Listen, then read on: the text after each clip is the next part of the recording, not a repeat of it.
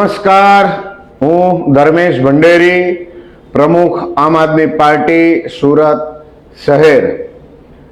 4/11/2025 थी भारतीय चूंटणी पंच द्वारा देशना अलग अलग 12 राज्यों में SIR एटले स्पेशियल इंटेन्सिव रिविजन कार्यक्रम की शुरुआत करी। એટલે કે આપણી જે મતદાર યાદી છે એ મતદાર યાદીમાં ખાસ સુધારણા અભિયાનની શરૂઆત કરી અને આપણના ગુજરાત રાજ્યને પણ એની અંદર સમાવિષ્ટ કરવામાં આવ્યો। આજથી 7-8-10 મહિના પહેલા આ પ્રક્રિયા પ્રાયોગિક ધોરણે સૌથી પહેલા બિહારમાં શરૂ થઈ અને બિહારમાં એ પ્રક્રિયા પૂરી થઈ અને નવી મતદાર યાદી એટલે કે આખે આખા કાર્યક્રમ બાદ જે મતદાર યાદી બની જેમના નામ કાઢવા લાયક હતા, ચૂંટણી પંચે કીધું એ પ્રમાણે એમણે કાઢ્યા, જેમના મૃત્યુ થઈ ગયા હતા એમના નામ હટાવી દીધા, કોઈ જગ્યાએ કોઈના નામ ડબલ હતા તો એમાંથી ડબલમાંથી સિંગલ નામ રહ્યા, ઘણા બધા લોકોના નામ નીકળી ગયા।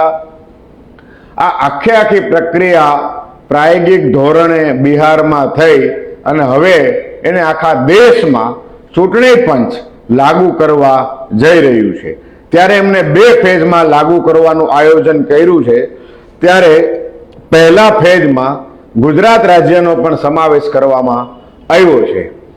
गुजरात राज्यनी अंदर रहता ए तमाम मतदारों जेमनुं नाम छेल्ले लास्ट 27 ऑक्टोबर 2025 सुधीमां जेमना नाम हालनी मतदार यादीमां छे ए तमाम लोकोना घरे एज बूथना BLO एटले के बूथ लेवल ऑफिसर जे सरकारी कर्मचारी छे, सरकारी अधिकारी छे, मतदार यादी में जेमना नाम छे एमना प्रिंटेड फॉर्म एमना नाम साथेना एक कागळ में A4 साइज ना फॉर्म लई दरेक घरे घरे फॉर्म आपवा माटे अत्यारे आवे छे। घना बधा घरे एमणे फॉर्म आपी दीधा छे। आजे 17 तारीख थई एटले आ प्रक्रिया शरू थई एने आजे 14 दिवस पूर्ण थया। 14 दिवसना अंते आजे आपनी वच्चे फेसबुक लाइव ना माध्यमथी आववानुं सौथी मोटुं कारण ए छे के हजी घणा बधा लोकोने आ आखे आखी प्रक्रियानी गंभीरता विषे खबर नथी। त्यारे मारे तमने एमनी गंभीरता विषे बात करवी छे। घणा बधा लोकोने एम थयुं के 2002 में अमारुं नाम क्यां हतुं ए अत्यारे याद पण नथी। धारो के हूँ सूरत शहर में रहूं छुं अने 2002 अने आजे 2025 पूरुं थवा आव्युं एटले के 23 वर्ष पहेला हूँ क्यां रहतो हतो, मारो परिवार क्यां रहतो हतो, हूँ भाड़े रहतो हतो के घरनुं मकान हतुं मने बराबर याद नथी। अने ई समय में मारुं चूंटणी कार्ड निकळेलुं हतुं के नहोतुं ए पण मने याद नथी। हूँ भाड़े रहतो होय तो दर 1 वर्षे के 2 वर्षे मकान बदलतो रहतो हतो। भाड़ाना मकान में रहेवानी तकलीफ होवाना कारणे एक थी बीजा मकाने फरवानुं रहेतुं हतुं तो मने याद नहोतुं के मारुं मकान क्यां हतुं अने हूँ ज्यां रहतो हतो 2002 में त्यानी मतदार यादी में मारुं नाम हतुं के नहीं एनी मने बराबर ख्याल खबर नथी।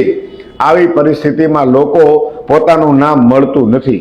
चूंटणी पंचे ए नाम खोजवा माटे एक लिंक आपी पण ए लिंक पण आजनी तारीख में बहु भाग्यशाळीना हाथमां क्यारेक फोन होय खुली जाय तो भले खुलती नथी एटले लोको वधु चिंतित थया। त्यारे सूरतनी अंदर रहता मोटा भागना लोको मूळ सूरतना नथी एमना माटे खास के एमनुं नाम गामडानी मतदार यादीमां पण होई शके अने एमनुं नाम न होय तो एमना पप्पा अथवा एमना मम्मीनुं नाम होय, एमनुं न होय तो एमना दादा अथवा दादीनुं नाम होय।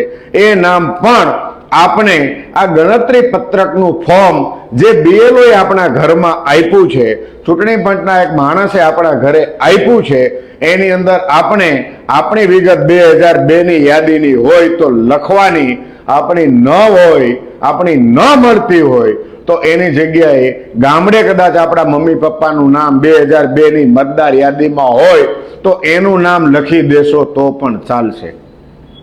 ધારો કે આપણા મમ્મી પપ્પાનું નથી ને દાદા દાદીનું છે, તો એમનું નામ પણ લખી દેશો તો ચાલશે, અટકવાનું ક્યાંય નથી.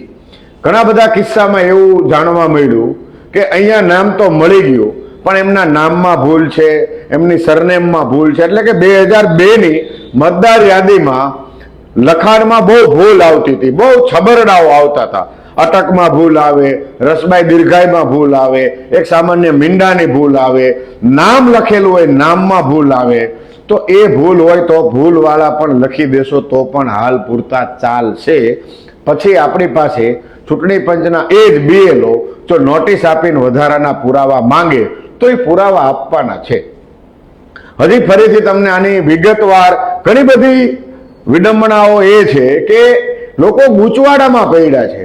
લોકો એને સમજી શકતા નથી કે મારે કયો પુરાવો આપવો અને કયો ન આપવો, આપવો તો શા માટે આપવો ને કેમ ન આપવો. જેમનું નામ અત્યારની મતદાર યાદીમાં છે એમનું જ નામ, પોતાનું જ નામ જો 2002ની મતદાર યાદીમાં મળી જતું હોય તો એમને ફક્ત એ વિગત લખવાની છે. એ ફોર્મમાં ઉપરના ભાગમાં પોતાની વિગત અને નીચે 2 અલગ અલગ કોષ્ટક, 2 અલગ અલગ ટેબલો, ખાનાઓ આપેલા છે, એમાં લખવાનું છે.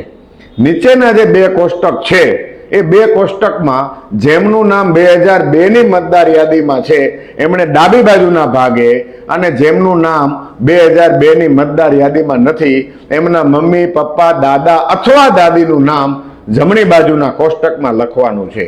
ફરી પાછા સમજીએ. ઉપરનું એક કોષ્ટક છે, ઉપરનું કોષ્ટક, એમાં આપણી વિગતો લખી દેવાની છે. ઉપર જ્યાં ફોટો છે એની નીચેની સાઈડમાં પહેલા આપણી જન્મ તારીખ માંગી છે, ત્યારબાદ આધાર કાર્ડ નંબર માંગ્યો છે, ત્યારબાદ આપણો ફોન નંબર માંગ્યો છે, પછી આપણા પિતાનું નામ લખ્યું છે. તો જે બહેનો છે, બહેનો લેડીઝ, એમણે એમના પપ્પાનું જ નામ લખવાનું છે, સાસુ સસરા કે પિતાનું નહીં. એ જીવિત હોય તો પણ ભલે અને જીવતા ન હોય તો પણ ભલે, એમના પિતાનું જ નામ લખવાનું છે. એમની નીચે હાલનો એનો ચૂંટણી કાર્ડ નંબર હોય તો લખવાનો, ન હોય તો નહીં લખવાનો. એમની નીચે માતાનું નામ લખવાનું છે અને માતાનો ચૂંટણી કાર્ડ નંબર હોય તો એમની નીચે લખવાનું છે. ત્યારબાદ નીચે લખ્યું છે જીવન સાથીનું નામ. જે વ્યક્તિ પરિણીત છે, જેમના લગ્ન થઈ ગયા છે, પુરુષ હોય તો એમણે એમના પત્નીનું નામ લખવાનું છે, સ્ત્રી હોય તો એમણે એમના પતિનું નામ લખવાનું છે, અને એની નીચે એમનો હાલનો ચૂંટણી કાર્ડ નંબર, જીવન સાથીના ચૂંટણી કાર્ડનો નંબર, આ બધાએ ફરજિયાત આટલું ભરવાનું છે. ત્યારબાદ એની નીચે 2 ખાના અલગ અલગ છે. એ જે લખાણ કર્યું એની નીચેનું જે ખાનું અને એક એની બાજુનું ખાનું. જેમનું નામ ઉપર લખ્યું છે, જેમનું ફોર્મ આવ્યું છે, એમની વિગત લખી, જો એમનું નામ 2002ની મતદાર યાદીમાં છે, મળી ગયું, તો એની બાજુમાં નીચે ખાનું છે એમાં લખવાનું. એટલે કે આપણે જ્યાં લખ્યું છે એની નીચેના ખાનામાં નહીં પણ એની બાજુના ખાનામાં એ જે વિગત છે એ જ પ્રમાણે લખવાનું. એમાં જે નામ હતું એ જ નામ. મારું નામ સમજી લ્યો કે ધર્મેશ ભંડેરી છે, તો 2002ની યાદીમાં મારું નામ હતું તો હું લખીશ ધર્મેશ ભંડેરી. એ દિવસનો ચૂંટણી કાર્ડ નંબર હોય તો લખવાનો, ન હોય તો નથી લખવાનો. પછી એની નીચે લખ્યું છે સંબંધીનું નામ, જેમાં મારે મારા પિતાનું નામ લખવાનું છે, અને નીચે લખ્યું છે સંબંધ, એમાં હું લખીશ પિતા.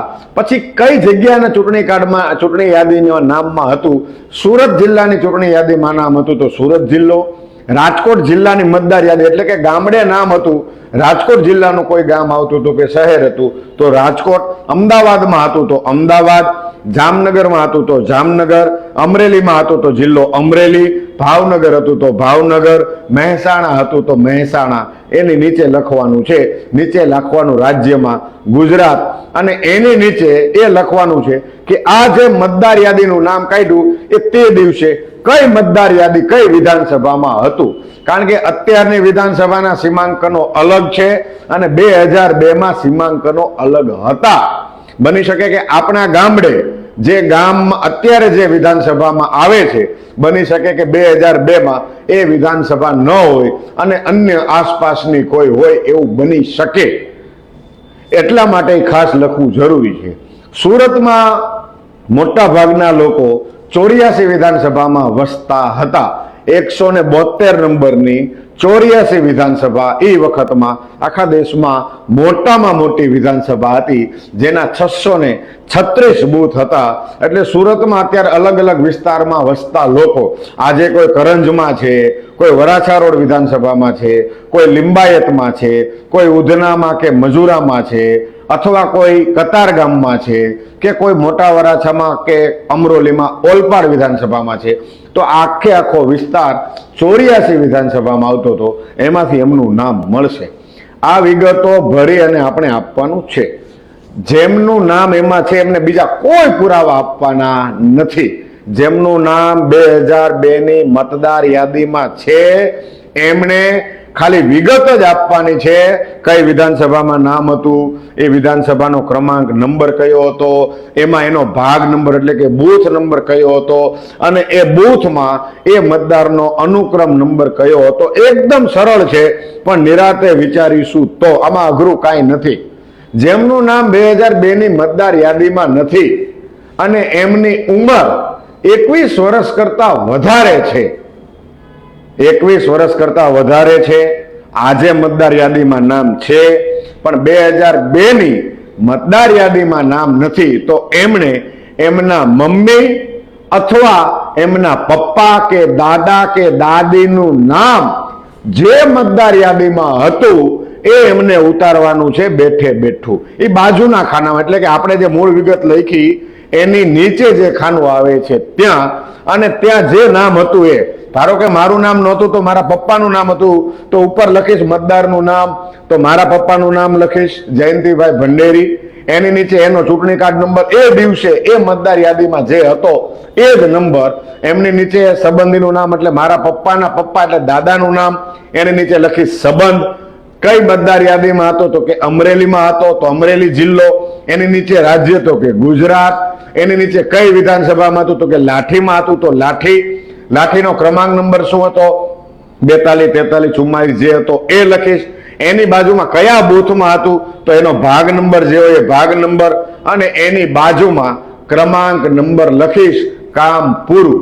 આટલું થઈ ગયું. આ ફોર્મ આપણે એમને આપી દીધું, BLO એ ફોર્મ લઈ લીધું, એણે એપ્લિકેશનમાં એન્ટ્રી કરી દીધી ઓનલાઈન એમના મોબાઈલથી, પૂરું થઈ ગયું. પછી બને કે આપણી પાસે પુરાવો માંગે કે તમે જેમનું નામ લખ્યું છે તમારા પિતા છે, તો એક તમારો એમને નામ વાળો પુરાવો આપો. તો પાન કાર્ડ છે, રેશન કાર્ડ છે, બેંક પાસબુકની ઝેરોક્સ છે, પાસબુક છે, આ મુખ્ય પુરાવા છે, આટલા આપી શકાય. અને આટલા સામાન્ય પુરાવા લગભગ દરેક ઘરમાં છે. રેશન કાર્ડ અવેલેબલ છે, ડ્રાઇવિંગ લાયસન્સ હોય, જન્મનો દાખલો હોય, પાન કાર્ડ છે, પાસપોર્ટ છે, અથવા બેંક પાસબુક.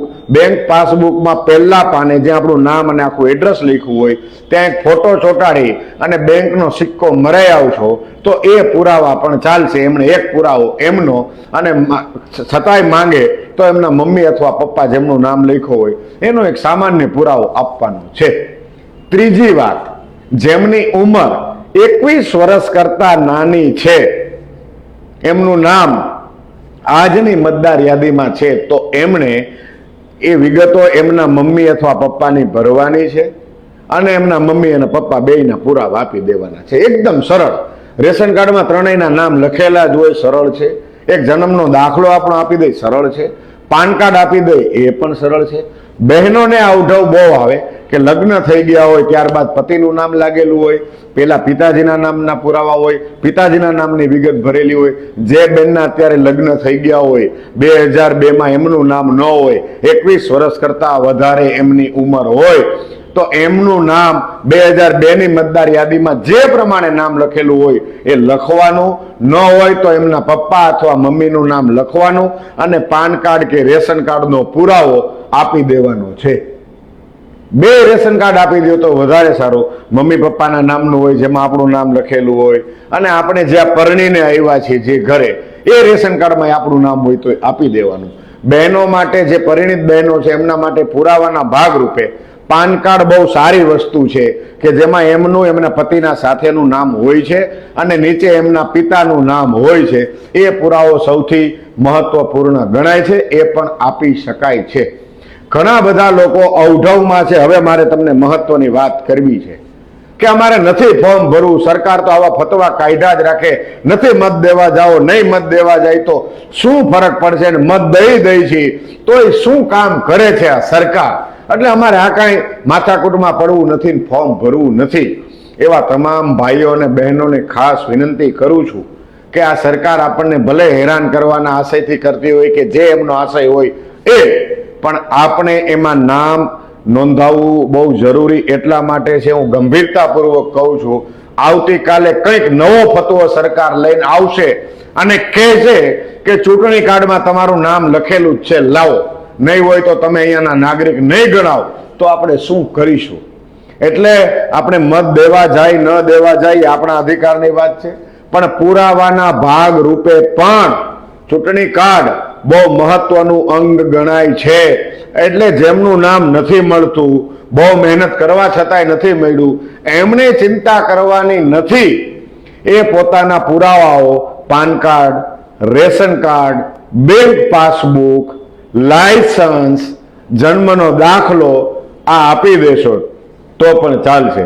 આજે મારી ઉંમર 42 વર્ષ છે, 2002 ની મતદાર યાદીમાં મારું નામ નથી, તો હું એક મારો પુરાવો અને એક મારા પપ્પાનો પુરાવો બે આપી દઈશ. મારી ઉંમર 21 વર્ષ કરતા નાની છે, મારું નામ મતદાર યાદીમાં નથી 2002માં, મારા મમ્મી પપ્પાનું નામ છે તો એ બેયના પુરાવા મારા પુરાવા આપી દઈશ. મમ્મી પપ્પાનું નામે નથી ને મારું નથી, તોય હું મારા મમ્મી પપ્પાના પુરાવા અને મારા પુરાવા આપી દઈશ, તોય નામ ટકી રહેશે. એટલે ઘણા બધા લોકો આ બાબતે ચિંતિત છે કે અમારું નામ આ લોકોને ઉડાડી નાખવું છે, નહીં રહેવા દઈએ. તો ગભરાવાનું નથી, ફોર્મ ભરીને આપી દેશો, તમારા પુરાવા આપી દેશો, દાદા દાદીના નામના પુરાવા હોય એ આપી દેશો તો પણ માન્ય ગણાશે. એટલે કોઈએ ખોટી ચિંતા કરવાની જરૂર નથી. આપણા પુરાવાઓ આપણે આપી દઈશું. 2002માં કદાચ કોઈનું નામ નહીં હોય તો પણ આપણું નામ નહીં નીકળે જો આપણે સરકારે નક્કી કરેલા પુરાવા, ચૂંટણી પંચે નક્કી કરેલા પુરાવા આપી દઈશું. તો એ પુરાવા ફરીથી હું બોલું છું, આપણો જન્મનો દાખલો, આપણું પાન કાર્ડ, આપણું ડ્રાઇવિંગ લાયસન્સ, આપણું રેશન કાર્ડ, આપણું પાસપોર્ટ, બેંકની પાસબુક ફોટાવાળી, આ તમામ પુરાવાઓ માન્ય છે. એટલે કોઈએ ખોટું ગભરાવાની જરૂર નથી, કોઈએ ખોટું અફવામાં આવવાની જરૂર નથી અને કોઈએ આ બાબતે કંટાળવાની પણ જરૂર નથી. આપણે સૌ આપણા BLOને આ ફોર્મ ભરીને આપી દઈએ તો જ આપણું નામ રહેશે. આમ આદમી પાર્ટી તરફથી આપ સૌને અમે સહયોગ કરવા માટે આ વિડીયો બનાવ્યો છે. સુરત શહેરની અંદર રહેતા લોકો પોતાનું ફોર્મ ભરવા માટે જો અવઢવમાં હોય, ફોર્મ ભરવામાં અગવડતા પડતી હોય તો આમ આદમી પાર્ટીના કાર્યાલયે પરમ દિવસે એટલે કે તારીખ 19/11/2025 રોજથી કાર્યાલય અમે બેસી અને ફોર્મ ભરવાની શરૂઆત કરી દઈશું. અમે તમને તમારા નામ ખોજવામાં પણ મદદ કરીશું અને ફોર્મ ભરવામાં પણ મદદ કરીશું. વોર્ડ નંબર 3 નું અમારું કાર્યાલય છે, ત્યાં આ કાર્યક્રમ શરૂ થઈ ચૂક્યો છે. વોર્ડ નંબર 17 અને સુરત શહેરનું મુખ્ય કાર્યાલય કિરણ ચોક ખાતે છે, ત્યાં પણ આ કાર્યક્રમ શરૂ થઈ ગયો છે. રોજ સવારે 10 થી સાંજે 7 સુધી અને રાત્રે 8:30 થી 11 વાગ્યા સુધી અમે તમને કાર્યાલયે તમારું નામ 2002 ની મતદાર યાદીમાં હતું કે નહીં એ ખોજવામાં મદદ પણ કરીશું અને તમારું ફોર્મ કઈ રીતે ભરવું એની માહિતી પણ પૂરેપૂરી આપીશું. અને વોર્ડ નંબર 8 નું કાર્યાલય, વોર્ડ નંબર 5 નું કાર્યાલય, વોર્ડ નંબર 2 નું કાર્યાલય, વોર્ડ નંબર 24 અને 25 નું કાર્યાલય છે, ત્યાં પણ આ કાર્યક્રમ પરમ દિવસથી શરૂ થશે. અને આવતીકાલે આમ આદમી પાર્ટી સુરત શહેરના પેજ ઉપર એમના ફોન નંબર અને એડ્રેસ સાથેની વિગતો આવી જશે. આ પેજ ઉપર પણ એમની વિગતો આવી જશે. એટલે આપ સૌને ખાસ વિનંતી કરીએ છીએ, કોઈએ ગભરાવાની જરૂર નથી. આમ આદમી પાર્ટી આ ફોર્મ ભરવા માટે તમને સંપૂર્ણ મદદ કરશે. તમે પુરાવા BLO ને ચૂંટણી પંચને આપી દેજો. તમારું નામ નીકળશે નહીં. કોઈ ખોટો કંટાળો ધરશો નહીં. આ બાબતે ચૂંટણી પંચની આ SIR વાળી પ્રક્રિયા બાબતે કોઈએ પણ ખોટી રીતે ગભરાવવાની કે અફવામાં આવવાની જરૂર નથી. આપણે આપણો મત અધિકાર જાળવી રાખીએ તો જ લોકશાહી મજબૂત બનશે. અને આમ આદમી પાર્ટી આપ સૌને આ ફોર્મ ભરવા માટે મદદ કરશે. આવતીકાલે બપોર પછી આપ સૌને આ પેજની અંદર અને આમ આદમી પાર્ટી સુરત શહેરના પેજ ઉપર એ માહિતી મળી રહેશે કે આપ આપના નજીકમાં કયા કાર્યાલય પર જઈ અને આ સંપૂર્ણ વિગત માહિતી મેળવી શકશો. આપ સૌનો આમ આદમી પાર્ટી પરિવાર તરફથી ખૂબ ખૂબ આભાર. જય હિન્દ, જય જય ગરવી ગુજરાત.